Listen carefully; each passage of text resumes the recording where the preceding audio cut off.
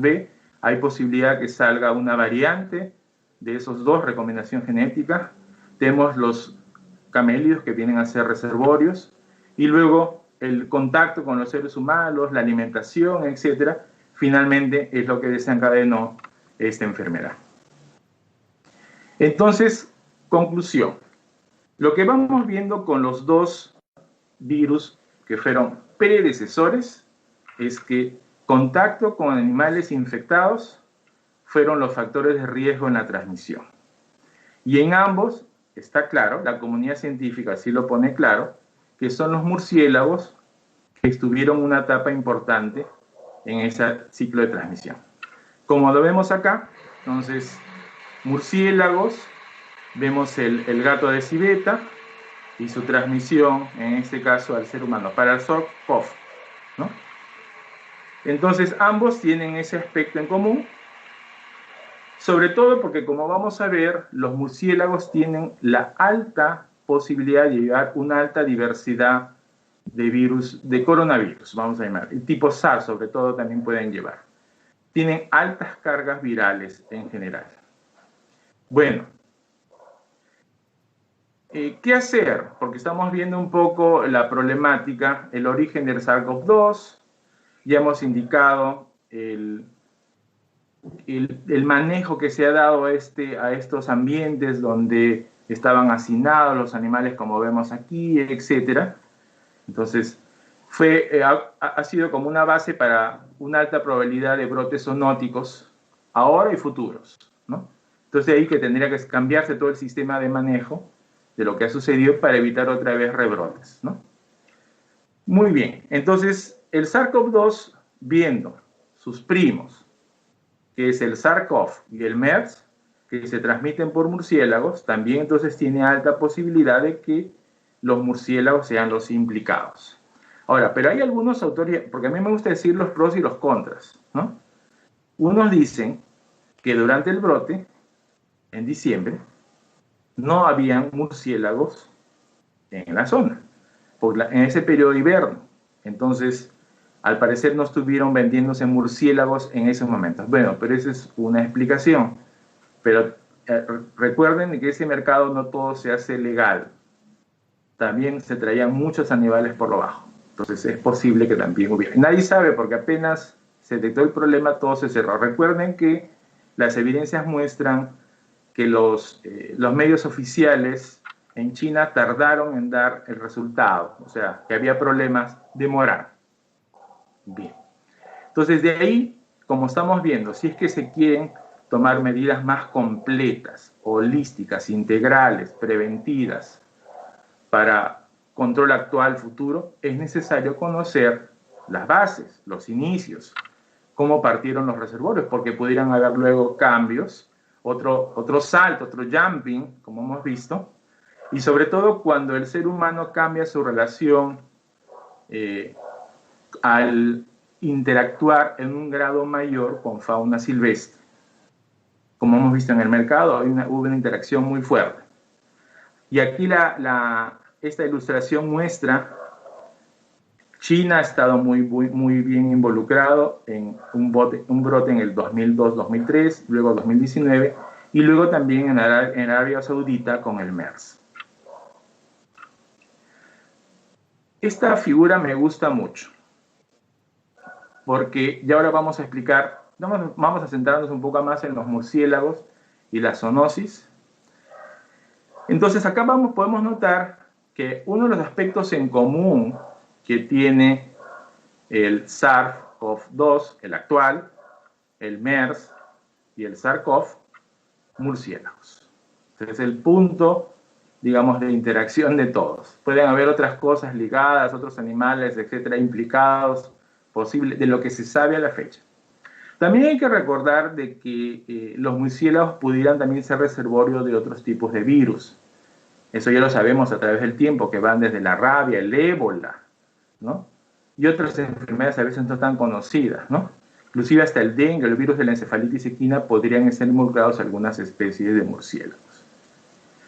Pero para que nosotros podamos entender mejor, también es importante ver tanto la parte ecológica como ver un poquito qué sucede a nivel molecular, porque con eso podemos ligar de mejor forma la relación que existe entre los virus, sobre todo el SARS-CoV-2 y su relación con los virus de los murciélagos, por ejemplo. Aquí estamos centrándonos un poco en esto. Bien, ¿qué podemos ver aquí? Podemos notar un poco digamos, el coronavirus, el SARS-CoV-2, y lo que se ha encontrado, y que seguramente ustedes han leído muchas veces, es que si yo analizo, digamos, toda la carga genómica que tiene el SARS versus uno de los coronavirus de murciélagos, este es de un murciélago, identificado en Rhinolophus affinis, que es un quiróptero, también es un murciélago, pero una familia propia en la zona de China. Entonces hay una relación de parentesco del 96%. Entonces por ahí dijeron, bueno, quizá puede estar ligado a esta especie. Obviamente no es una especie que tenemos en nuestro medio. Ahora, si somos ya más puntuales o específicos, claro, viendo todo el genoma completo, pero si ya vemos algunas características, como por ejemplo acá, ¿se acuerdan que les hablaba de la espina, el spike ese? Estas son las puntitas de la coronita. Entonces, en esas puntitas de la coronita, nosotros vamos a poder encontrar una parte dentro de esta espícula, espina, etcétera, que se llama RBD, que ya les había hablado previamente. Entonces, lo que va a suceder es que el virus que tiene el SARS-CoV-2, el virus del SARS-CoV-2 y el del murciélago, tienen una diferencia bastante, un poquito más marcada en esta parte constitutiva de la espícula tipo S. Entonces, y eso lo sugiere que no se van a poder, digamos, unir efectivamente con el receptor. Miren, acá vemos un poco el receptor, el AC2, acá abajito, el AC2 humano. Entonces, esa diferencia sí se observa y algunos por eso dicen, bueno, dejan en pie, ¿será? ¿No será el murciélago? Porque hay esa diferencia. Ahora, pero vemos, miren, la filogenia, es lo que les decía. Si yo veo toda la genómica, miren, el del COVID o el SARS-CoV-2 es todo esto que está señalado acá en rojo. Murciélagos. O sea, se parecen está más ligado a murciélagos. Entonces, de ahí que podría haber algún tipo de relación. Pero si yo ya analizo solamente la puntita, que era la espícula, la espina, el spike, como queramos llamarle, tipo S, entonces, que es lo que se va a unir al receptor AC2 de la célula que ataca, sobre todo a las células respiratorias, entonces ahí la cosa cambia, porque este se parece más, ese receptor, al SARS-CoV-2 que a los de los murciélagos, se encuentran más distantes. Entonces, si lo analizo en completo, tengo una figura. Si lo analizo solamente la partecita más importante de unión, cambia la explicación. Y yo quería mostrarles que dentro de los murciélagos involucrados, tenemos a la familia Rhinolophidae, porque muchos me preguntan, pero ¿es lo mismo los murciélagos de acá? No, bueno, hay todo un sistema de clasificación de murciélagos. Y miren, la familia más relacionada se llama Rhinolophidae. Y esta familia la tenemos, miren, en este nivel de la filogenia. La otra ligada se llama Hipocideridae. Sin embargo, no son familias que tienen distribución en América. Tenemos nosotros, esta es la distribución, todo lo que está en rojo, Asia, Europa, acá en la parte superior en parte, y África. Inclusive un pedazo también de Oceanía, pero no América. Entonces, un poco para captar. Por ejemplo, para nosotros es muy importante en nuestro medio la familia Phyllostomidae, pero está más distante en la filogenia. Y generalmente también hay un poco de relación filogenética, o sea, los virus que están en ciertas familias son más específicos de esas familias que otros de otras latitudes. ¿Ok? Bien, entonces, por lo tanto, al haber esas diferencias, Entonces pierden un poco de peso que haya una transmisión directa de los murciélagos a los seres humanos.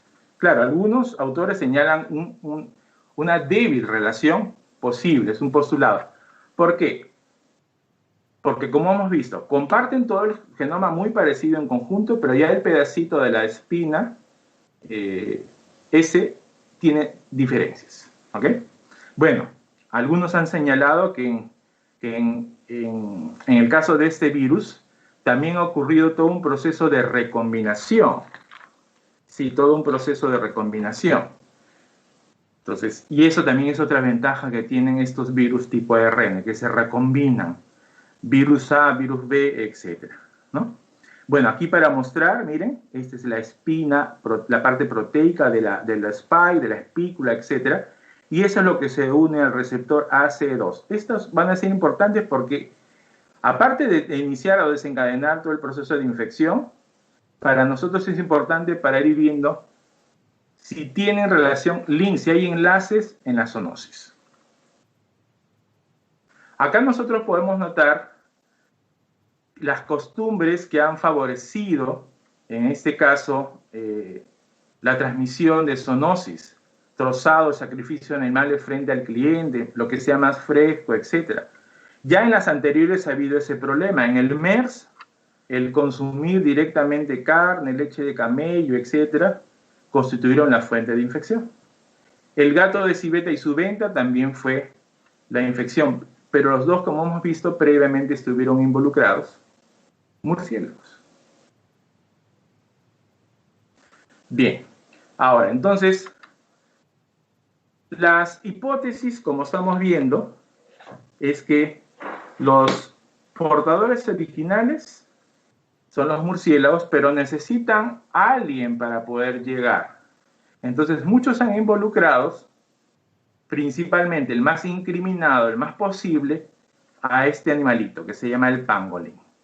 También algunas literaturas señalan que puede haber una rata de bambú que podría estar también ligada, pero la mayoría de literatura la cita menos, ¿no?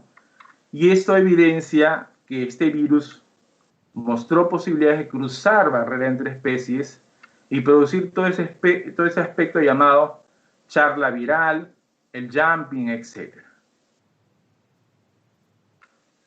Bien, ¿por qué hemos señalado tanto a los murciélagos? Entonces, los murciélagos tienen algunas bondades en particular que los hacen interesantes para el surgimiento de brotes virales. Primero, su capacidad de vuelo les permite una mayor dispersión en relación a otros mamíferos terrestres y, por lo tanto, diseminar diferentes tipos de virus. También, dentro de los mamíferos, es el segundo orden más grande, porque casi tiene casi la quinta parte de todas las especies de mamíferos. El vuelo ya está repitiéndose arriba, entonces eso ha ayudado mucho a la transmisión de la enfermedad y por lo tanto también se evidencia que los murciélagos, tanto por especie y tanto por la diversificación de las especies que tienen, puede tener una carga viral más alta en comparación con los otros grupos. Entonces, esto lo hace los candidatos ideales, ¿no? Ya hemos visto la importancia que tienen estos virus para muchas especies. En la repetición está la retención. Miren, causante más de 60 virus estuvieron involucrados algunas especies en ébola, otros en SARS, HERMEC, y acá se colocó un signo para indicar que también pueden estar ligados en el COVID-19 y luego finalmente transmitirse al ser humano. Tenemos entonces, ¿cuántas especies de murciélagos? Bueno, los cálculos varían. Unos dicen 1200, 1300, 1400, están en todos los continentes. Bien, ¿qué otra ventaja tienen los murciélagos? Los murciélagos tienen un sistema inmunológico que es bastante complejo y eso hace de que pueda coexistir con un montón de virus, ¿no? Tienen todo un sistema inmunológico con presencia de anticuerpos de diferentes tipos, como vamos de IgA, IgM, células T, linfocitos, tiene citoquinas, ¿no? Por ahí mencionan que tiene algunas características de uno de sus interferones, que tiene un rol importante en modular para que ellos no tengan mayores problemas al tener la carga viral, pero sí sean altamente transportadores o hacer estos enlaces que finalmente pueden ser zoonóticos. Entonces, conclusión, ya desde el 2013 se decía que muchas especies de murciélagos son excelentes reservorios naturales de COPS, o sea, de coronavirus, ¿ok? Entonces ya hemos visto que tienen un rol importante en general. Sin embargo, a todos nosotros nos gusta sopesar la importancia de los murciélagos, porque los murciélagos pueden tener también roles positivos en el ecosistema.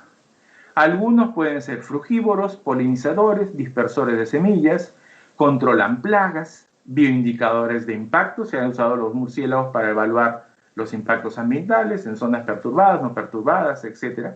También tienen aplicaciones biomédicas, ¿ok? Para prevención de cáncer, envejecimiento, en fin, varias cosas. Como tienen un sistema inmunológico muy complejo, entonces ayuda mucho a lo que es la defensa de las enfermedades. Entonces ahí es importante tener una visión. Bueno, son reservorios de coronavirus, muchos de ellos, pero también podemos notar que también tienen roles importantes en el ecosistema. No vaya a pasar lo que sucedió acá en el país, en la zona norte, que cuando las personas escucharon murciélagos ligados, entonces hubo matanza de más de 300 individuos de murciélagos. En la zona, claro, luego se tuvo que ver todo aspecto de conservación, educación ambiental, por el CERFOR, etcétera, para indicar que más bien hay que protegerlos, ¿no? Y que más bien en lugar de estar con problemas, están amenazados, ¿ok? Muy bien. Bien, ¿qué más podemos decir? Ha habido trabajos que han evaluado todo el aspecto global de los coronavirus. En primer lugar, algo que podemos notar es que no todos los países tienen igual grado de, digamos, de estudios, ¿no? Entonces, y también la presencia de los coronavirus que nosotros tenemos de importancia. Por ejemplo, en beta coronavirus están presentes en Brasil y lo más probable es que tengamos también algunos de ellos en el Perú. Pero ojo, miren, toda la diversidad, todos los azules son beta coronavirus. Son otras especies que tienden a ser específicas ¿de quién? De los murciélagos, y no necesariamente porque estén en los murciélagos y las tengan, son zoonóticas. Por lo menos a la fecha no se ha demostrado. Y además no son las especies de murciélagos que están involucrados en la transmisión de las que son zoonóticas, ¿no? Ya hemos dicho que es la familia Rhinophoridae la involucrada. Bien, si queremos ser más específico, entonces sí tenemos merbecovirus, y repaso la diapositiva. Merbecovirus, tengo aquí los MERS, se ha encontrado también en Brasil. Una lección que nos hace pensar de todo esto es que sí se requieren más estudios de todas maneras en Perú para conocer, bueno, qué tipos de virus tienen los diferentes especies de murciélagos y darnos una mayor tranquilidad, pero por el momento podemos indicar que no tenemos las familias de murciélagos que hay en la zona de África, Asia, Europa y parte de Oceanía que sí están involucradas en la transmisión. Bien, ahora, ¿qué puedo decir yo del pangolín? Entonces, el pangolín, algunos le llaman hormigueros, pero vamos a ver que filogenéticamente son muy distantes, ¿no? Son unos mamíferos nocturnos que son más que todo insectívoros. Este es importante, el orden Pholidota.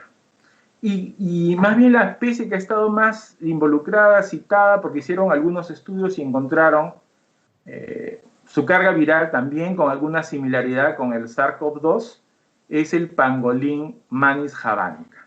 No es la única especie de pangolín, pero esa es la que se tiene reportes, estudios, etc. Bien, se dice que es una de las especies a nivel mundial más usada, cazada, etc., usada en medicina tradicional en China, y está en las listas de especies amenazadas según la USAID.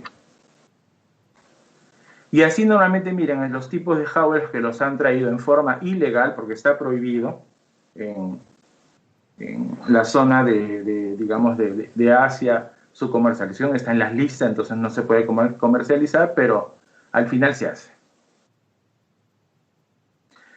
Vienen para que vean cómo está la relación con la filogenia. O sea, en primer lugar,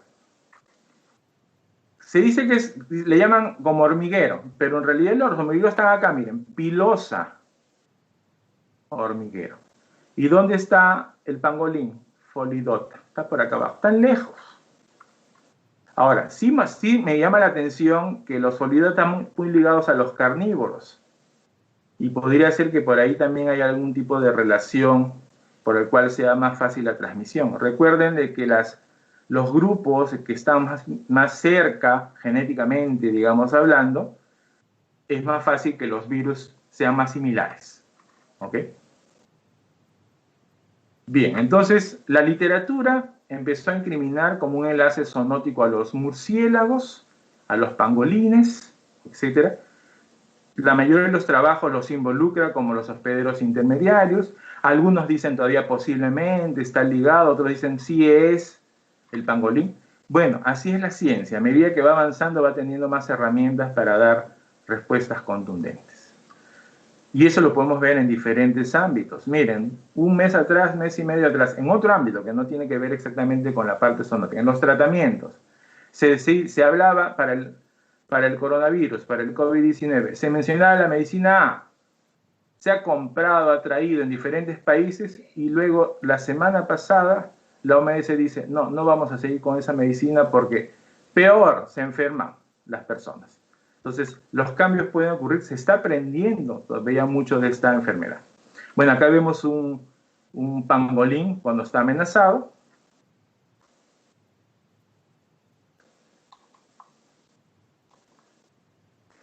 Bien, entonces, ¿cómo está la relación, el link? Bueno, murciélagos, ya hemos dicho quiénes están involucrados, pero también está involucrado el pangolín. ¿Y cómo llega del murciélago al pangolín? Bueno, algunos han tratado de dar algunas hipótesis para poder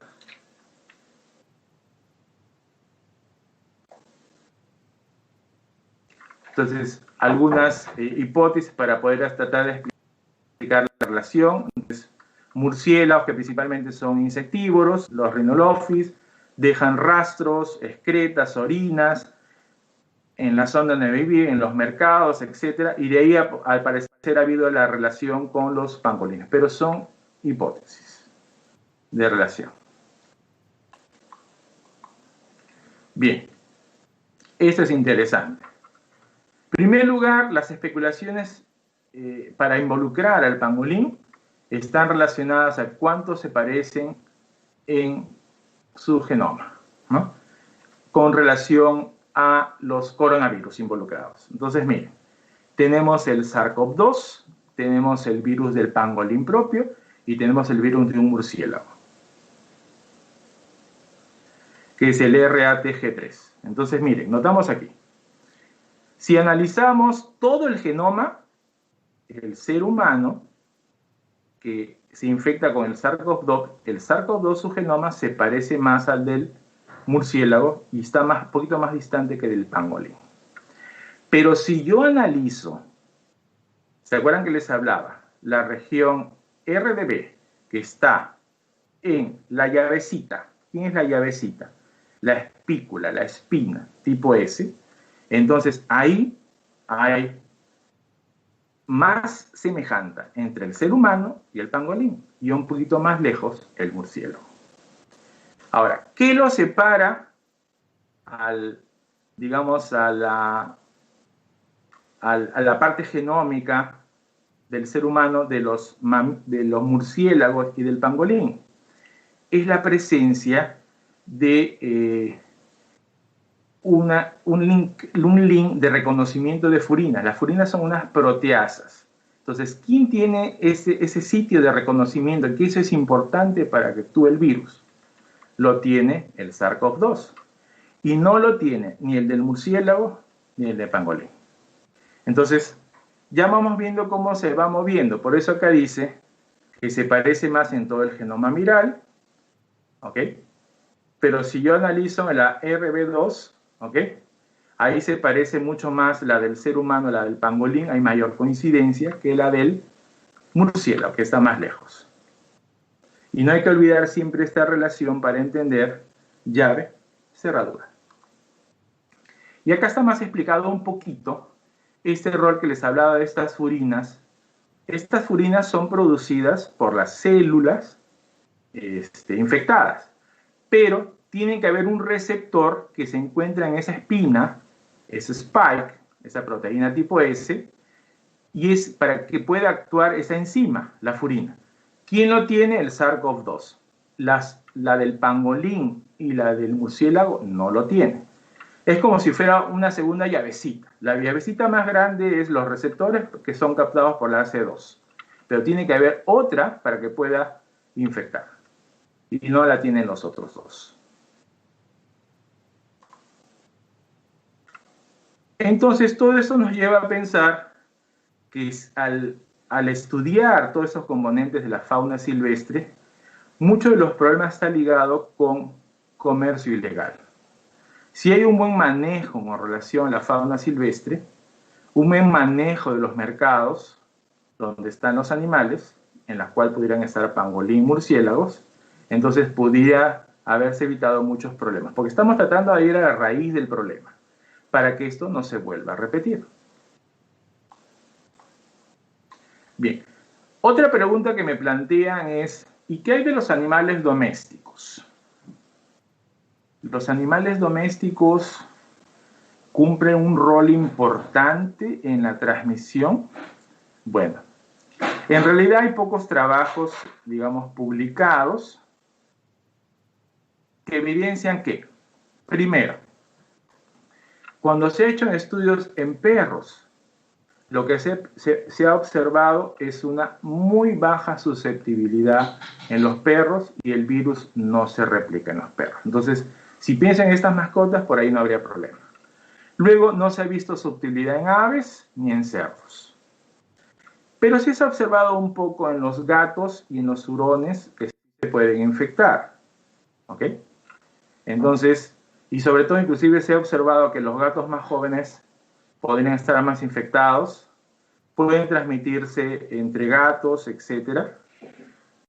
Pero en menor nivel, ¿ok? Se ha observado en Wuhan algunos gatos positivos, también se ha observado en hurones o bisones. En Holanda hay unas granjas de estos animales que son también de importancia doméstica y se ha encontrado positivos. Esto es muy reciente, del 25 de mayo, ¿ok? Se ha observado en un zoológico en un tigre, algo en gatos, etc. Pero en realidad, los ratones usualmente, a menos que estén modificados genéticamente, tampoco son infectados. Eso también es otra cosa que señalar. Lo que finalmente podemos notar es que, primero, que son estudios, algunos de los que se han realizado con gatos, si se transmite o no, son estudios medios inducidos, o sea, no en condiciones naturales, sino medidas de laboratorio. Segundo, lo que se ha visto es que no hay generalmente potencialidad de que los animales transmitan al ser humano, sino más bien el ser humano infectado pudiera transmitirle a alguna mascota. Pero la evidencia actual es que la muestra ha sido tan pequeña y son cosas tan aisladas, son como rarezas, ¿no? Que evidencia que los animales domésticos infectados puedan tener un papel en la propagación. Solamente tomar medidas, como en todo en la vida, preventivo en la transmisión, y no debería haber una preocupación mayor porque los casos son de contacto actualmente de persona a persona. En el artículo que le indiqué, esta es nuestra propuesta de enlaces zoonóticos posibles. Nosotros colocamos acá por la flechita, las más gruesas, las más delgadas, quienes podrían estar involucradas. Como ustedes ven, no hay un retorno de los animales, hurones o bisones, gato, perro, del ser humano. Algo podría haber transmisión, pero medio inducido. Le damos más peso un poco al pangolín, a los murciélagos. En este caso tenemos a la rata de bambú, pero es raro la transmisión. ¿Hacia dónde vamos en todo esto? Vamos que para cualquier tipo de pandemia, epidemia, como en ese caso de los coronavirus, tenemos que pensar en los principios denominados una sola salud, en la que van a participar diferentes tipos de profesionales. En el caso de las personas, la parte médica, enfermeros, también podrían estar practicando biólogos, obstetras y, en fin, varios profesionales. Si hablamos de los animales, podrían estar involucrados médicos veterinarios, podrían estar biólogos, algunas ocasiones también ingenieros ambientales cuando hablamos de alimentos, etc. Y si hablamos del planeta en forma integral, entonces principalmente pueden estar ligados biólogos, ingenieros ambientales, podrían estar médicos veterinarios, que todos analicen el principio de ver la perspectiva de One Health o una salud. Es decir, la salud humana y animal y ecosistémica del planeta, todos en conjunto, para poder solucionar cualquier problema.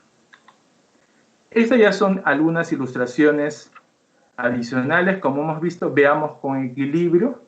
Hemos hablado mucho de los murciélagos involucrados. Bueno, ese es el inicio en la zona de Asia, pero en general también tenemos que ver los roles positivos que pueden tener en el ecosistema. Y también sería importante hacer estudios en el Perú, porque ya se han hecho en otros países de Latinoamérica, en Brasil, en Colombia, en Venezuela, etcétera, sobre los tipos de coronavirus que podrían tener los murciélagos. Un poco para tener la data también, siempre es importante, ¿no? Algunos aspectos ligados a lo que es la educación ambiental.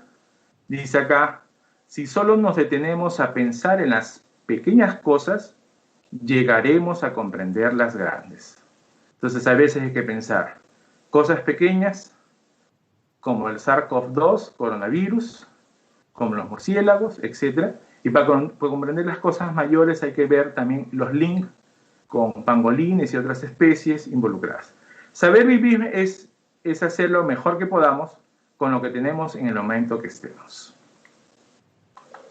Bueno, quiero agradecer a los que han, digamos, participado en este trabajo. Esto no se ha hecho en forma sola. Mi persona, Miguel Tejada, Lorena Alvariño y Luz Castañeda, con los cuales hicimos este artículo de revisión, este preprint, y está sumido. Bueno, muchas gracias.